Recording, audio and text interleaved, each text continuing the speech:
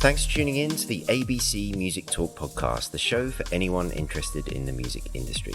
This episode looks into the buzzy world of extended reality, or XR, both from the practical aspects of where we are now, but also some of the things that need considering for both scale and sustainability for the future. But now, a reminder for you all to go rotor your videos.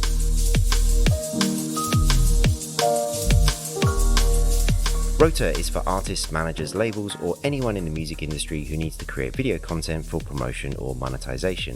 Rota makes it fast, easy, and inexpensive to do all of that in one place. Head to www.abcmusic.co and click the Rota logo on the homepage to access a 10% off discount for the service.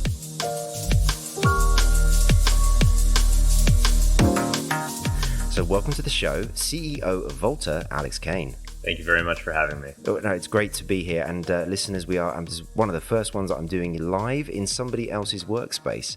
So we do have some of Alex's co-conspirators tapping away at their keyboards because it's a startup and therefore you work all hours. Is that right? Yeah, the fun never stops. For sure. That's right. So with more enthusiasm, the fun never stops. The fun never stops. I mean, it's a great job. It's a great industry to be in. But yeah, the hours can be a little long. Yeah, absolutely. But if it was easy, everyone would do it, I think, is the general sort of statement there. As mentioned in the intro, this show is going to take the listener on a journey based on your experience and the vision for Volta. And listeners, you will know that I do a call with my guests prior to this, to these interviews, and I can't tell you how excited I am for you to all hear what Alex has got to say for himself. But first off, can you help the listeners understand what Volta is? Perhaps the elevator pitch, if you will. Like the super short elevator pitch, and then there's a bit longer one. So the super bite-sized one is that you can think of Volta as like Legos for mixed reality, aimed at musicians, performers, creators of all shapes and sizes. The slightly longer one is that the reason why we call it that is because Volta makes it really easy to make an audio reactive spatial 3D world that renders in real time. And so what that means is that you can use Volta for everything from music videos and social content to live streaming and visuals live at a show.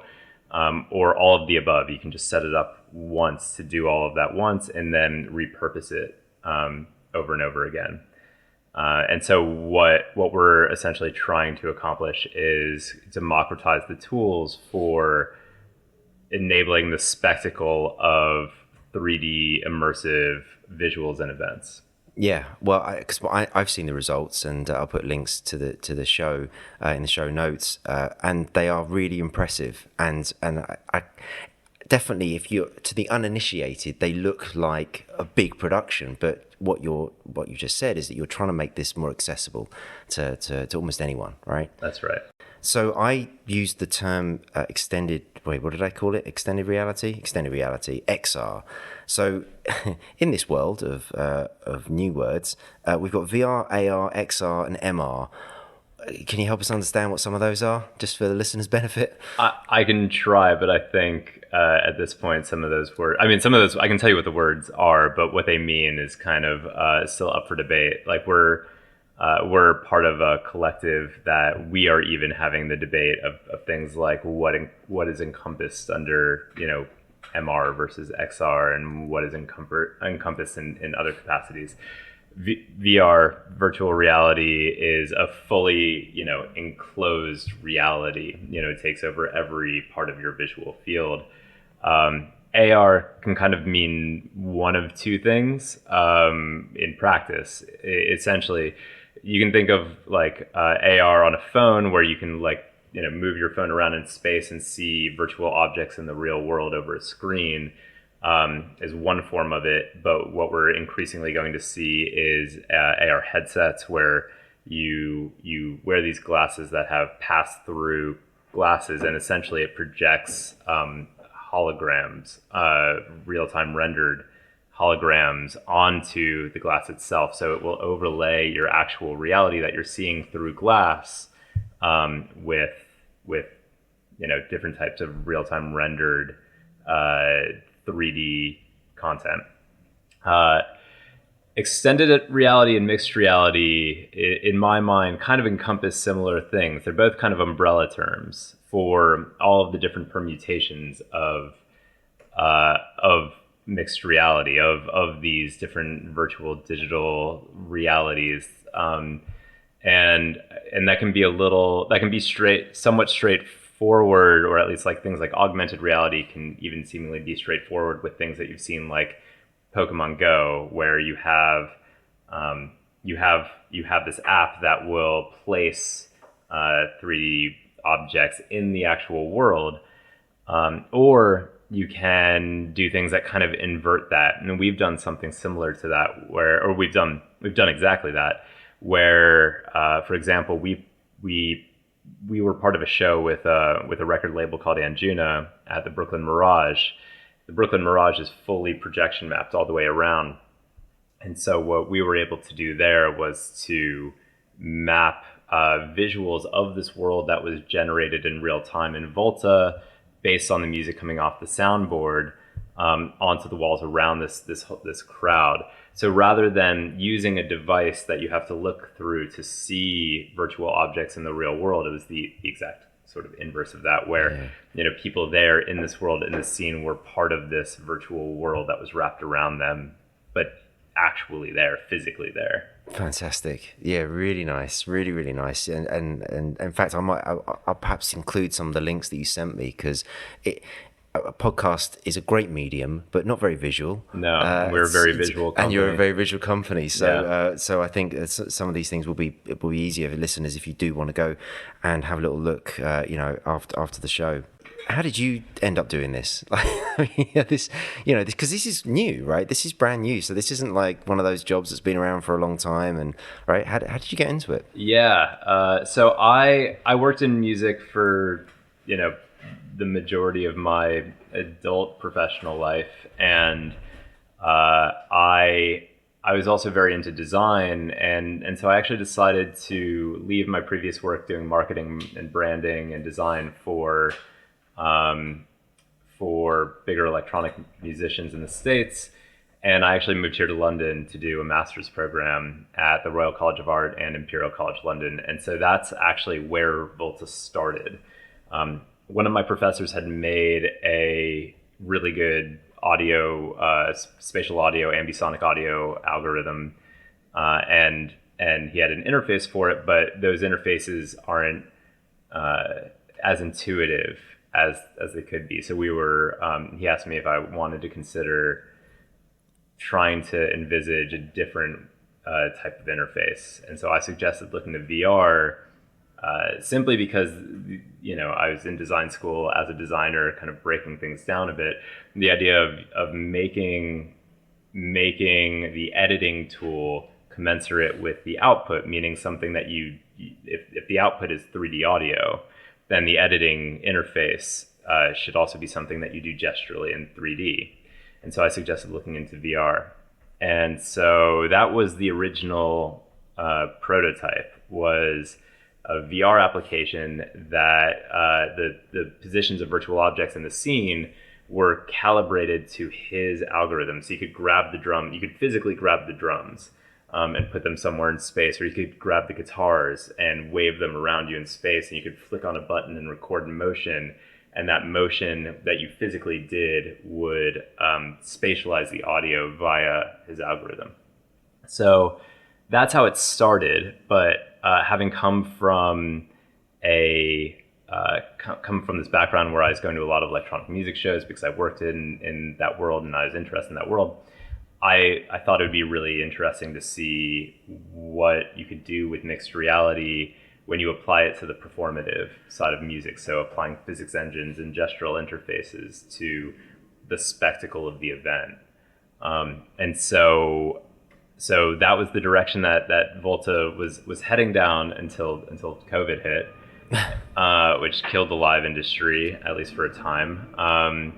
And so we had to make a choice around how we wanted to take it forward, and decided to invert the user flow. At that point, Yuli, our CTO, who is nodding away over there. He's got his headphones Yeah, in. He's pretending he can't hear you. Yeah. He had just started. I just started working with him. I hired him as a contractor, and he eventually became our CTO. But it was at that time that we kind of made a choice to invert the user flow. So instead of mixed reality being the control surface, it would become the output, and you would feed music and music metadata into Volta, and different types of visual media into Volta. The artist can do a little bit of configuration, and then when they perform, out pops this immersive, interactive, audio reactive world.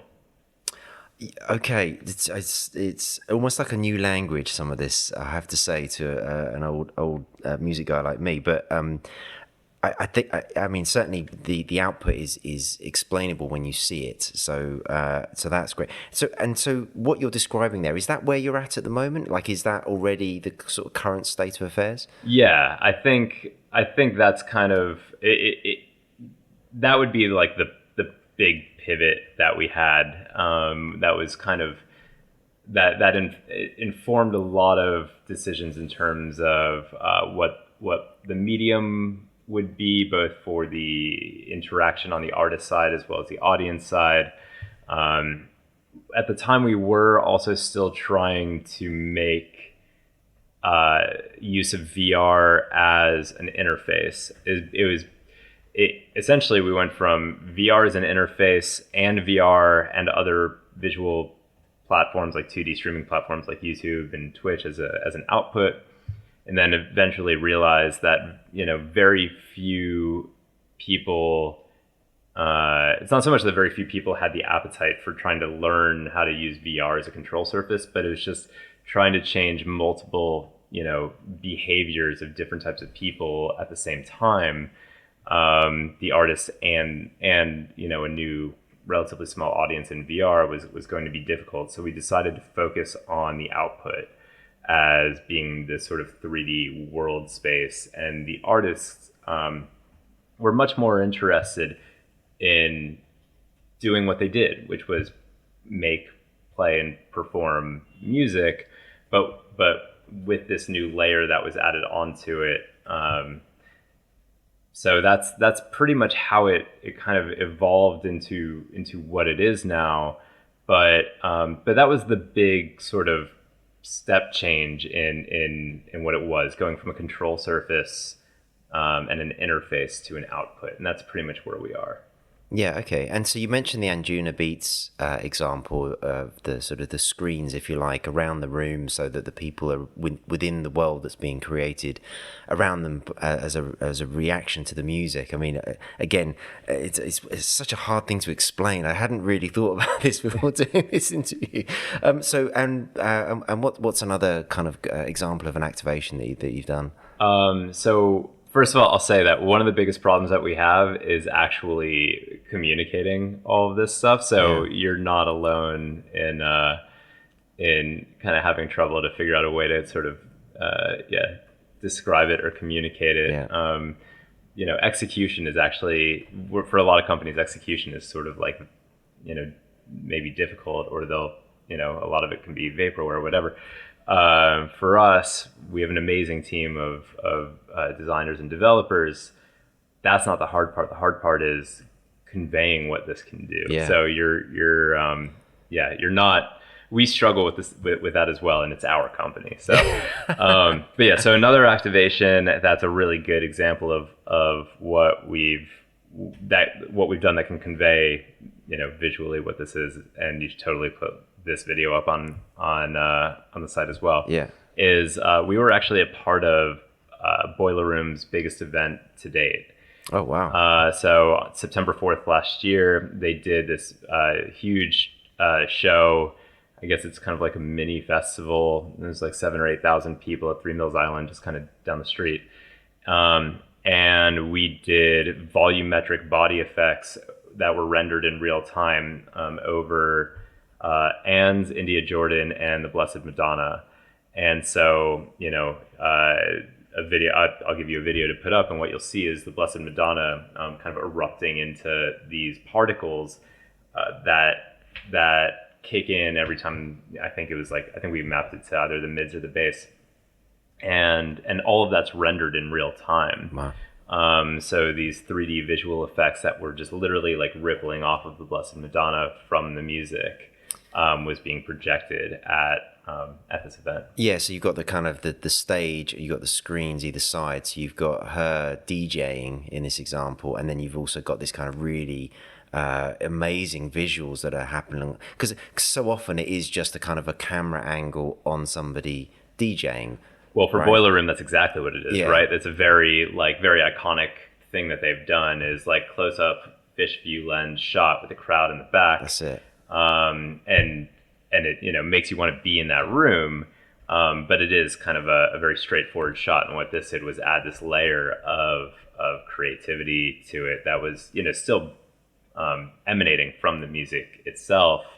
And the reason why I like these two examples in particular is that they're kind of the inverse of each other. Right. So with the Anjuna one, we wrap the event. It's the whole event in this world. And you can see like the silhouette of the DJ in front of this world. And then with this one, with the Boiler Room one, it was there's no world effects. It's really just you see the Blessed Madonna and you see these really cool particle explosions kind of bursting off of her from the music.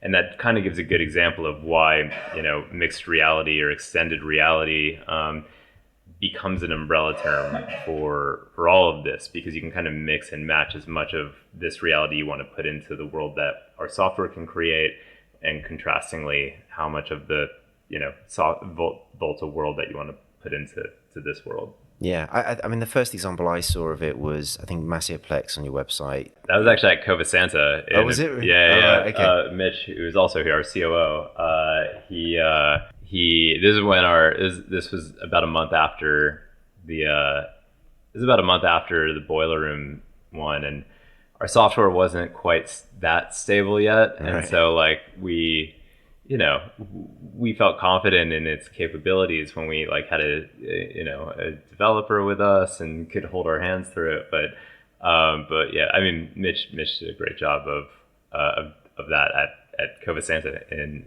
Ibiza. Yeah, right. But it was that sort of like classic sort of DJ set, and it was like just transformed what otherwise is just that sort of various camera angle type of things, and you could see him kind of enjoying the process of interacting in that other dimension, whereas normally it's just the audio, right? It's a DJ. So, and then you've got that interaction going on with it, and he seemed to be enjoying that process, which I thought was quite good for the viewer as well. Yeah, I mean, the reaction that we've gotten from like a lot of people who kind of see themselves like either during or after is incredible for us. That's kind of why we're doing it. Like we're all this camera angle doesn't really give a good view of the rest of the office, but there's like music equipment everywhere. Yeah. We're all musicians, producers, and DJs. I'll be doing some cutaways later on. Okay. Don't you worry. They'll get to see a few things. Yeah. Okay, cool.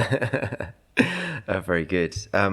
So that's kind of where we're at now. Oh, and I saw that you work with Imogen Heap as well. And I mean, the example, again, these are examples on the website. Hers was like this very physical, unlike a DJ who's typically sort of stuck behind decks, for want of a better description. She was moving around her wonderful studio space in Essex, sort of running around and things like this, and that was just a completely other version of it. I mean, that was her in this other world, moving around. Yeah. She, I think, still has probably logged more hours performing in Volta than anyone else so far, which is by itself a ridiculously cool thing to say. To Very have this much so. Super talented Grammy Award-winning musician to spend that much time both working with and performing in Volta is cool. But then she did. Then she kind of took it a step further, took our technology a step further, and wanted to film. It was her idea to do this, to film a music video in Volta and record it and have it renders in real time, but then also to stream it live. So she had spent a little time. She and her lead kind of technical engineer, Sky Alexi, had worked with Yuli a bit and spent a little time sort of figuring out how they wanted the visual to look for this new single that she was putting out, and she planned a little bit of choreography to it. But then on the day of, like the video that you see was just one consistent take, just shot on an iPad with one of the new LiDAR sensors, because that's how she got all of that really cool volumetric effect. So Volta can pull in the LiDAR data from the new iPhones and iPads. Yeah. And as you move closer and further away to it, you aren't just kind of having the same sort of effects, like it might recognize that you're a human, but it actually recognizes closeness and depth, which for software that makes a 3D world, and you want to give that much stronger of a sense of people in space and these effects in space, the LiDAR effects really help that. And so, this was her idea. She planned it all out. And then on the day of, did I think 8 or 9, I think she did 9 takes. Shot like the whole thing on an iPad the day of, and then has a whole separate like 6 or 7 hour behind the scenes live stream on YouTube so that people can see what's happening around. Right. And I think the 8th one, I think it was the penultimate take, was the one that they went with. And I don't think they really did any post-processing, any video editing to it. Wow. I think that was just it. That's amazing. Yeah. I mean, that, because obviously with any of these things, the amount of work that you have to do to get a product ready so that it can go out, as I know with this podcast, that the less I have to do editing wise, for example, like I can already hear that I know I'm not going to have to pick out ums and ahs and stuff like that from your vocal, probably just mostly from mine, and that's really helpful. That's wonderful to hear, because I feel like that is something that is I don't know, an Achilles heel of mine is the ums and ahs and the likes and all the other does. Yes, yeah. Well, I mean, we all have something, right? Sure. And but some more than others is all I'm going to say. Having now had to listen back to a lot of interviews, but going back to Imogen, the fact that she was able to, as you say, pretty much take it straight out of the machine and put it live. I mean, that's a real testament to what you've built and the kind of, I guess, the general concept behind it. The fact that it is reactive to somebody doing something in real time. As long as all the tech works, as long as Yuli's done his job right. Yeah. Right. Then there's no reason why not. Yeah, like I said, it was her idea to do this, and it sort of pushed us. It pushed us to, and she didn't push us to do very much. Like there was a little bit of pre kind of production, so to speak, but not a whole lot. And this was just a use case for our software that made so much sense, but we just never thought to do it. Yeah. It took kind of her creative mind and to see kind of this potential in what our software can do, which is amazing. That is definitely one of her strengths. But great sort of discovery for you in terms of figuring out what the product can be and can do. Yeah, no, it's really fascinating. So I think we've started to touch on a little bit of what's to come as well with Volta. I mean, you just talked about the use of new technology that's now appearing in, well, let's face it, fairly readily available devices, because this is, again, going back to your kind of original mission statement of making this accessible to a lot of people. Like, not everybody's going to have specialist equipment, for example. Yeah, well, I mean... So can you talk about the LiDAR thing? Sure. Yeah, like, I think before Apple put LiDAR sensors into, like, the iPhone 12, I think a LiDAR camera, a decent one, cost at least like $5,000. Yeah. So the fact that like they took it and put it in, like a good one, and put it into $1,000 piece of technology by itself was amazing, and it opened up a lot of potential in that respect. And the thing, I guess, to think about, and I imagine the thing that they are thinking about in the capacity of putting making these sensors available to anyone who can afford an iPhone or an iPad, which isn't cheap itself, but is at least $4,000 cheaper than the previous sensor you'd have to buy.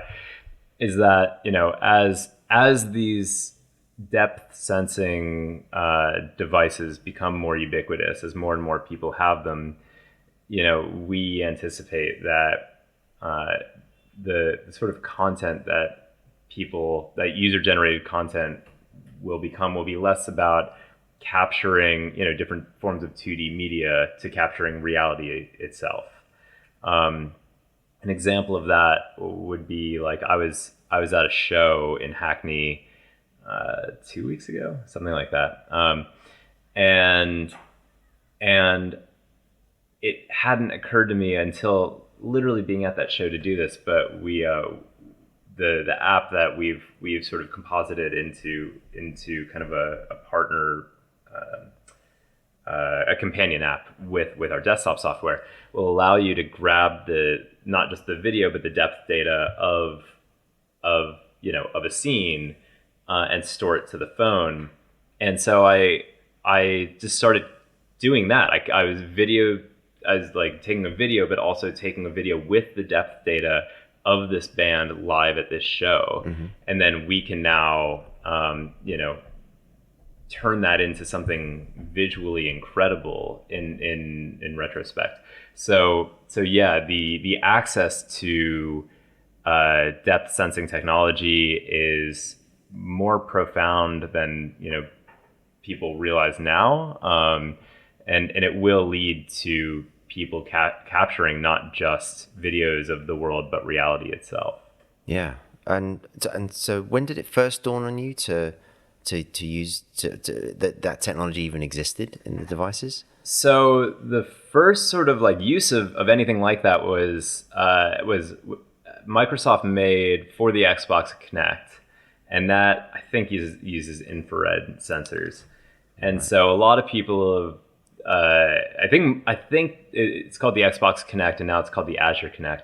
And I think at the time, more people were using the Kinect for hacking it into, I think there was an SDK for it, and so people were using it to hack into different creative projects, way more so than they were selling for people to use on Xbox for gaming or anything like that. It's interesting. And so there's a lot of really amazing real-time rendered stuff that has come out. Like one of the first things that I had seen that was really compelling was there's this visual artist named Daito Manabe who did this live set with a music producer named Nosage Thing, and rigged up 3 of these infrared cameras around Nosage Thing while he was performing, and was able to stitch that together into this world that was rendered in real time with him at the center.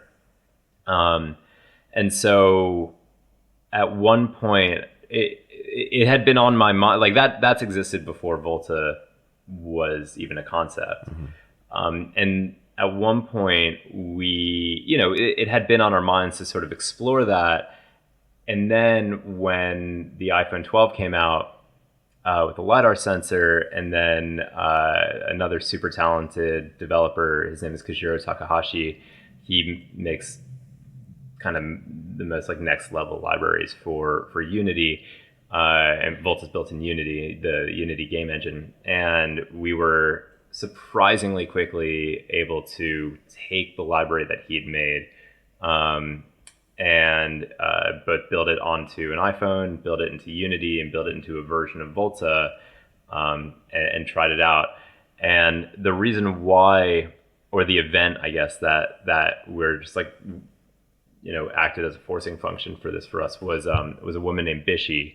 She's a sitar player and a singer, and she was going to be performing on Amazon Music's Twitch channel. And she already wanted to do something with us, probably at the time, and the idea was just use cameras and do a bunch of really cool either visual effects behind her on a screen or something like that. But we just kind of pushed ourselves to try. By we pushed ourselves, I mean I pushed Yuli, our CTO, to try and figure out if we could do a tech spike and make this work in time. And we did, like, within 2 weeks of really kind of thinking about it, researching it, and implementing it, we did this event with Bishy, and it went off incredibly well. Brilliant. Okay. I mean, I guess you're going to constantly, as we sort of discussed with Imogen as well, you're going to constantly find these moments where it's like, can it? Yeah. I mean, one really good example of that, again, with Yuli, our CTO, sort of being kind of the impetus of this without necessarily realizing it at the time. We were. He was about to create more work for himself. Well, yeah, that's what it means. But it also it reformatted our whole business strategy just off of hey guys, look at this thing that I, was just messing around with and tried out. We went through Techstars Music, not this past year, but the year before, right?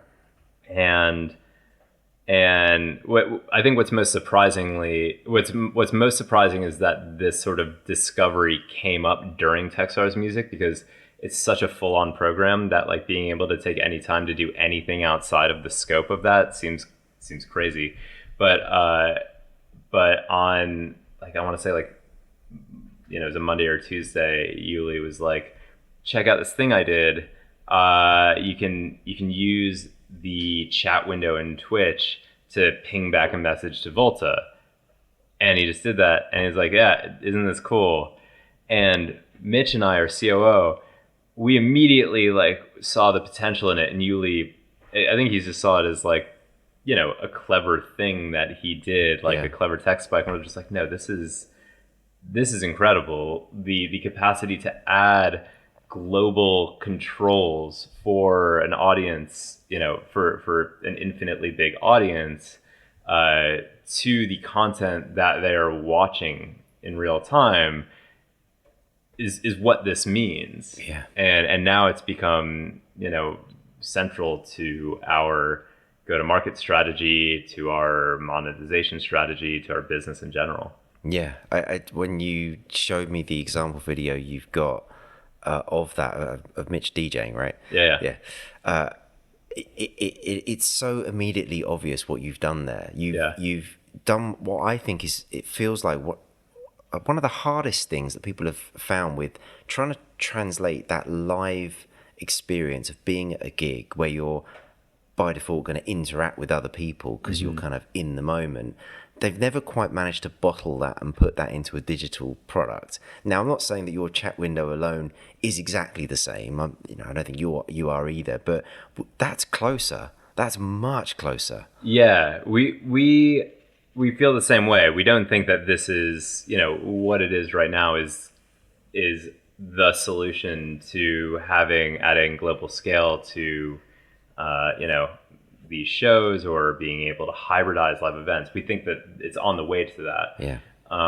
But yeah, we think that we need to do a lot of research, and we are.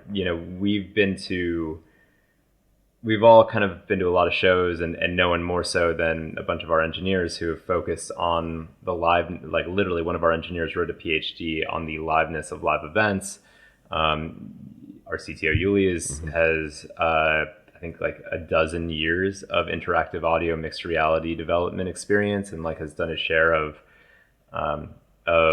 trying to integrate different forms of technology into live events. And what you find is that more often than not, the technology gets in the way. Right.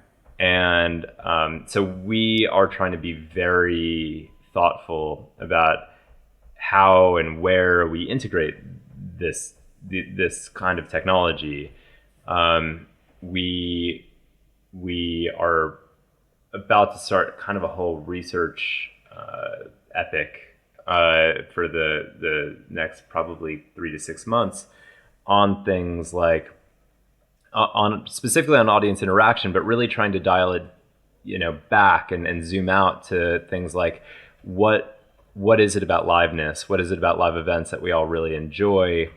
And examples that I like to really give that reference this are, if you look at something like applause. Applause is not this behavior in aggregate. it's a feedback loop, right? It's a viral sort of momentary viral moment. A standing ovation is that as well. Like, and when you think about things like fandom or why you go to a live event, you know, you don't go to a live event because the audio quality is really good. Yeah, right. It's usually pretty shit, right? Like the best way to listen to, you know, your favorite music is to sit on your couch with a pair of like really good headphones. Yeah. You know, you go to a show for different reasons, and trying to understand why we do that, what it is about that, that we can sort of, you know, definitely enhance the at-home experience, but at the very least, like not get in the way of the live experience, and just try and make people feel more unified, is the approach that we're taking to it. Yeah. Well, I'm sure you will continue to do, by the sounds of things, what you currently do, which is have an idea and then try and make it work, or make it work and then go, actually, let's expand this. But when I saw that chat interaction, it just unlocks so much about that community aspect of you know, enjoying something which is already by its nature a more immersive experience online, right? Yeah. For the chat app, what the version that you showed me had certain keywords being used within the example. Is it always going to require keywords? Will the audience need to learn how to use Volta? So we had to write a chatbot to read the chat window, which actually all it does is it reads the chat window, converts it into a MIDI note, and then sends it back to the computer running Volta. Excuse me. But because this is a chatbot that can read the chat window, can also write back. And so in the video that you saw, you know, we pre-designated a handful of keywords, like you said. Dots turned Mitch, our COO, who's DJing on the video, into this sort of swarm of psychedelic looking dots. Yeah. Cubes turned him into these sort of like red pulsing cubes. There's that visual thing being very difficult to explain in an audio format. Yeah. It's not the easiest thing. And so we had a chatbot write back. You know, when you type in the right keyword, it'll say from our Twitch account, you know, dots, I think it says looking dotty or something like that. Yeah.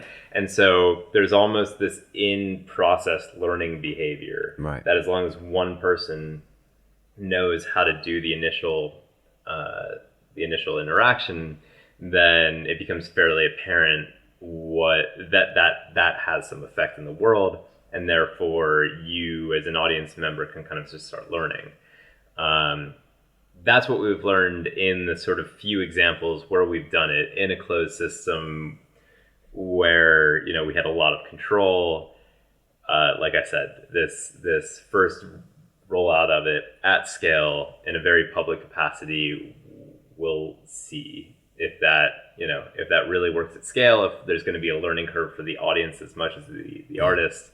But, you know, that's what making new technology, I guess, is kind of all about, is learning as we go. And unfortunately, you're creating this at a time when I think the generations coming into this are quite adept at learning as they go, whether it's, you know, Discord coming into your life and suddenly becoming, you know, a large part of it, and that's fairly esoteric in terms of how it works, right? Compared with, say, I don't know, a Facebook group, right? It's a very different type of thing. So I think you'll be all right, which is good. No, I was just curious as to sort of how you sort of saw that product developing in its early stages. Yeah, right now we're gonna focus it around the chat window because you know, we want to be as accessible as we can be for wherever an artist has an audience, and, you know, the various 2D streaming platforms like Twitch, like YouTube, like Mixcloud, you know, there are many others, but that's kind of where we're starting to focus on. They have APIs, they have publicly available APIs, and can you know, give us the data that we need predominantly through the chat.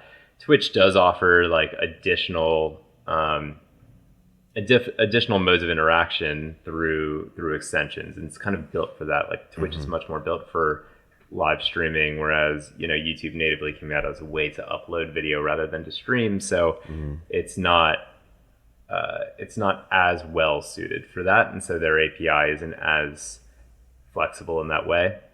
But over time, our aim is to create ways that we're not dependent on any sort of third-party platforms, at least as far as kind of the modes of interaction go. But also, there's only so much that you can do with that. Yeah. Right. Like there's so many more ways that people interact with the world than just typing words into a chat window. Yeah, for sure. And so, that's going to be a focal point for us. Yeah, for sure.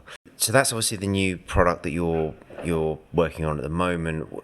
Is there anything else that you've got kind of in the can that you're noodling on, even if it's sort of experimental level?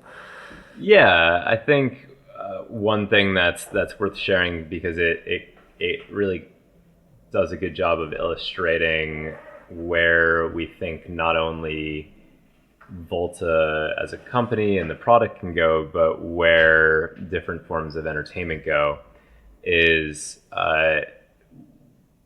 when essentially, if you look at our product roadmap, that's sort of plastered in post-it notes along the wall. It looks like the letter F, your post-it notes. I'm going to have to get a video of that in a second. Is that design on purpose? No, that's not, is it? That's just how it is. It just happens to be that there's way more stuff on two arms that really need to get done than on all the other stuff that we've thought out.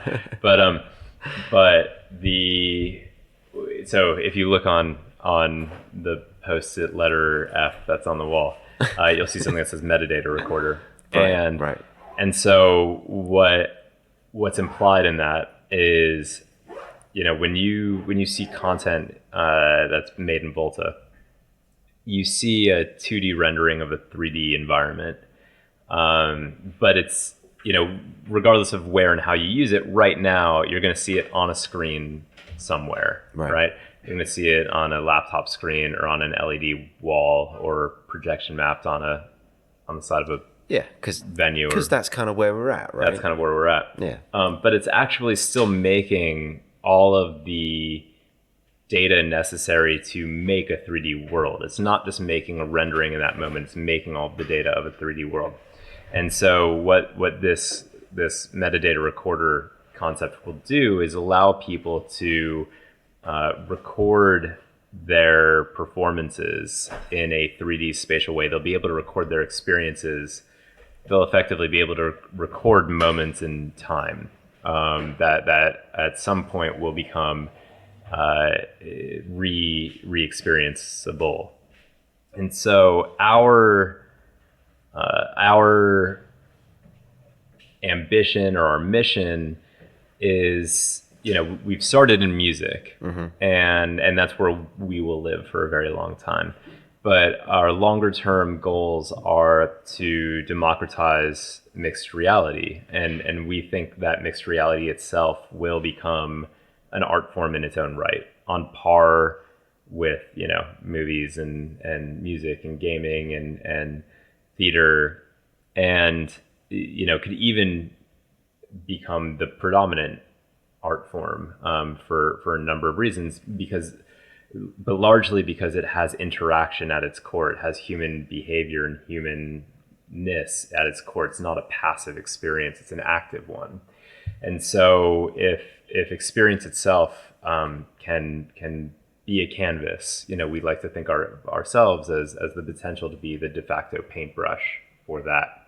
And so, one of the things that we are going to build into the tech, into the product, hopefully by the end of the summer, depending on what our dev team has to say about it, is this metadata recorder, which will allow exactly that. And, in the future, you'll be able to not just replay this 3D world in a copy of Volta on your computer, but on 3D hardware, like AR headsets or VR headsets or what have you. Yeah, really nice, really nice. Okay, so let's look to the future, but through the lens of a business model, because at the moment, to use Volta, it's currently free. Is that true?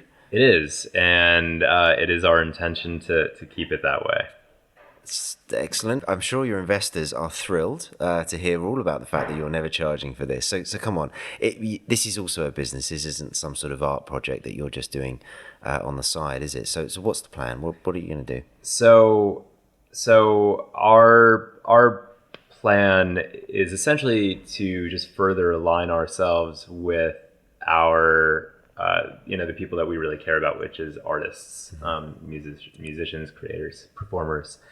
Essentially, the way that we intend to monetize Volta is not by charging artists. There isn't a subscription model. There isn't anything like that. The full fat version of Volta or the version that you can download now that is free is the full fat version. There isn't like any sort of get it for 7 days or anything like that.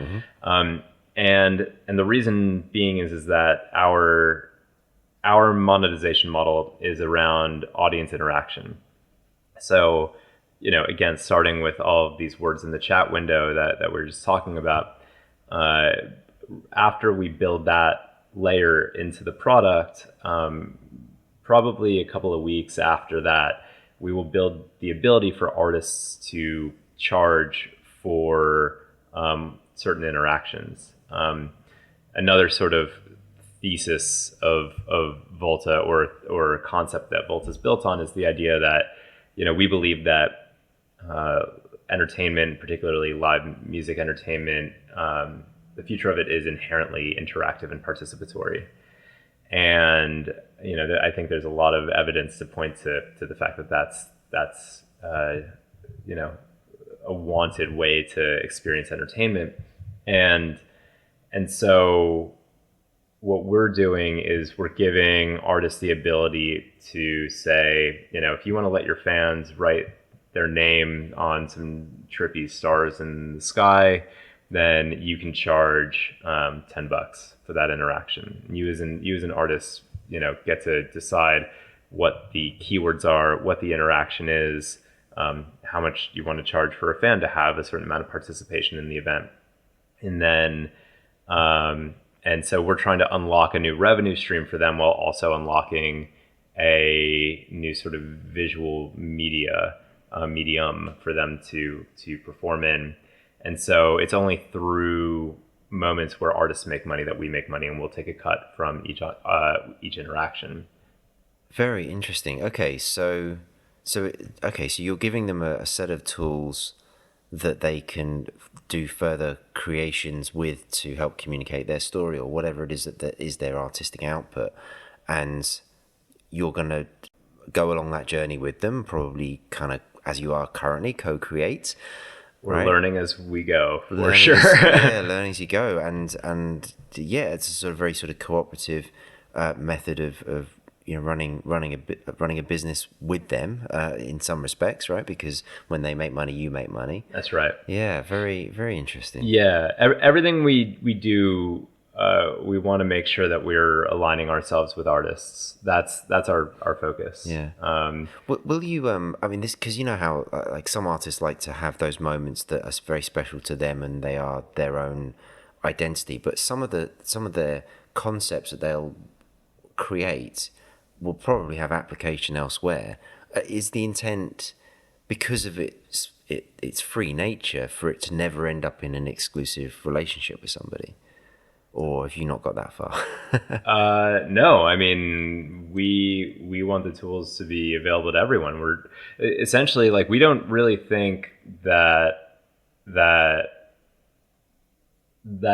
mixed reality will have true artistic merit until there's enough people that can dive into it and use it and play around with it and get their hands dirty with it and kind of discover things by accident. Another thing that like we kind of like to say is, right, if a paintbrush costs $500,000, which is kind of like the cost of, building a mixed reality event or experience, the minimum cost for building like a mixed reality event or experience right now, if you were to go out and hire someone to do it.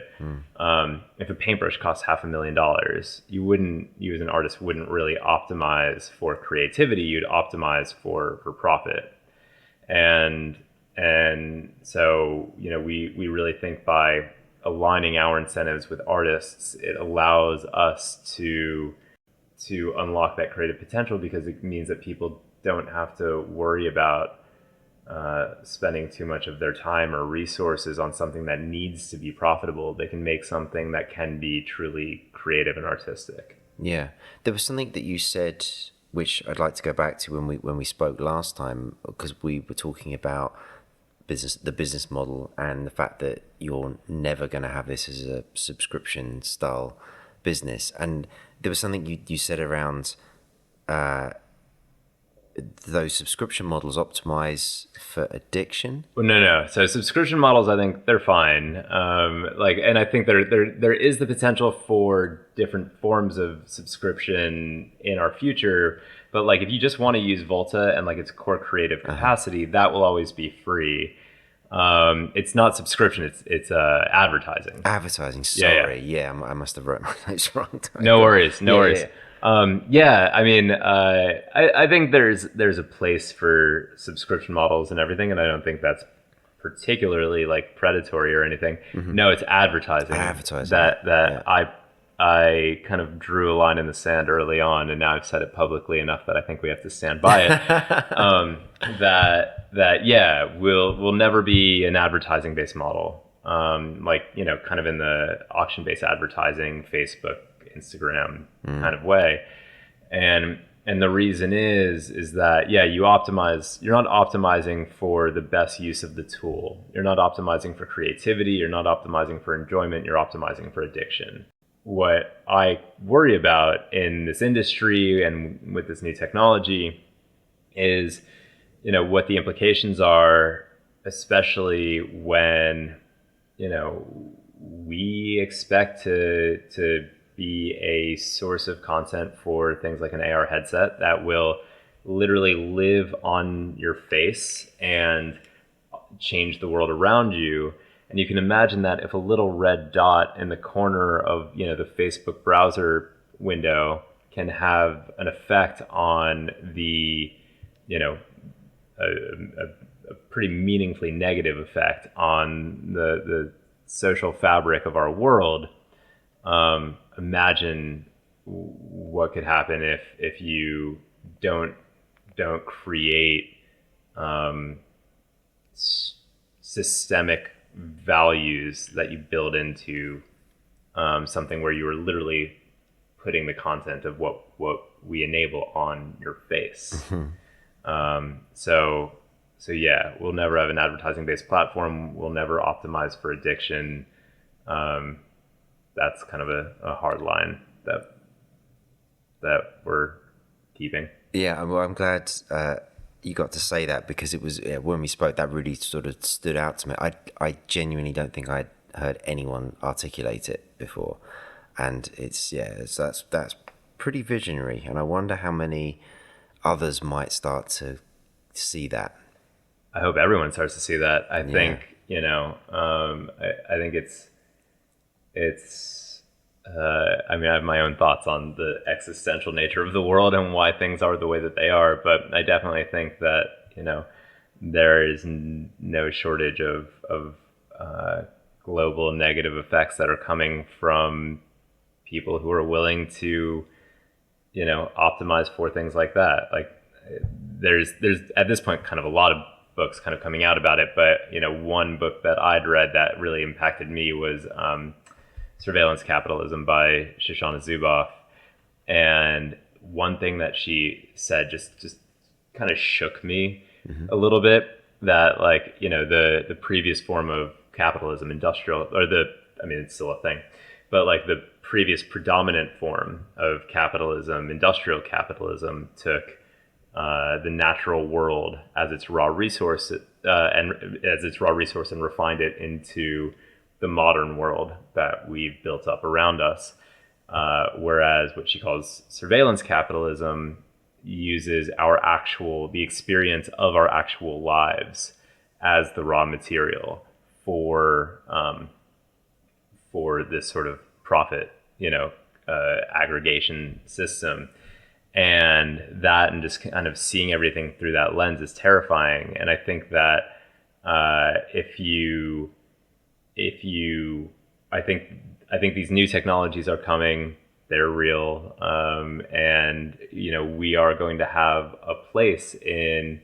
Hopefully, we as a company become successful and have a place in this space.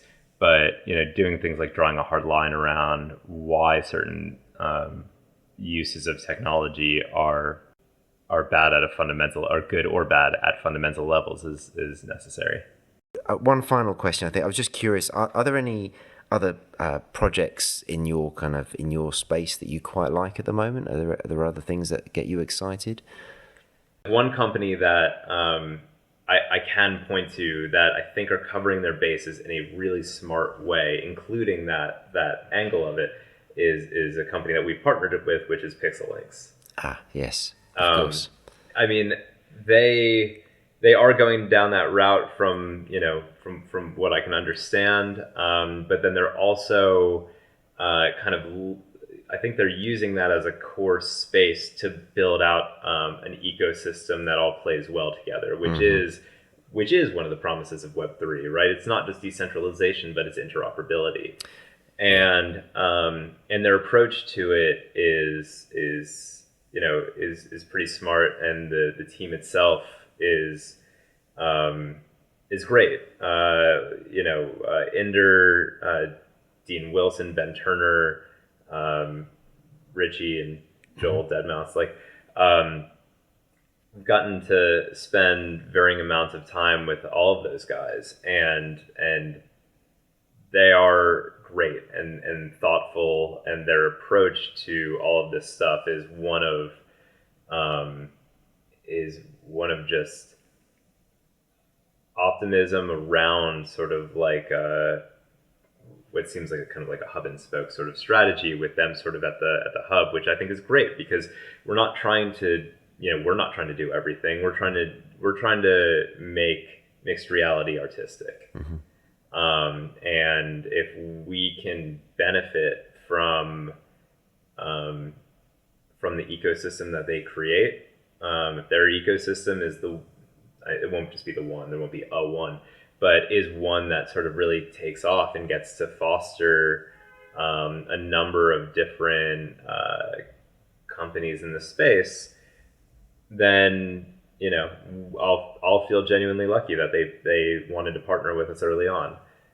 So I think their approach is good, and they're doing both sides of it well. They do have this sort of core thing that we'll see if the sort of not going from gaming to music, but from music to gaming works for them.